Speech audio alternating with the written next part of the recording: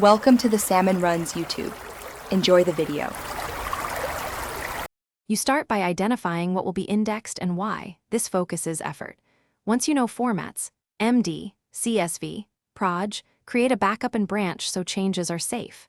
Install or confirm parsing tools and libraries you need and choose index type, a flat list for navigation, inverted index for search, or metadata-based for filtering.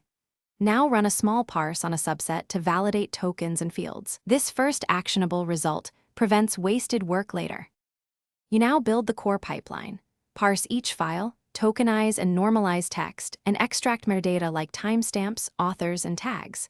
Define a clear index schema, primary key, searchable fields, and payload structure, because schema choices affect query speed and storage. Implement batching to reduce I/O and add incremental updates so new files append without full rebuilds. While coding, run profiling and log sizes. These metrics inform tuning such as compression, sharding, or choosing an on-disk versus in-memory store.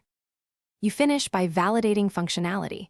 Run representative queries, verify results match source files, and confirm freshness of incremental updates.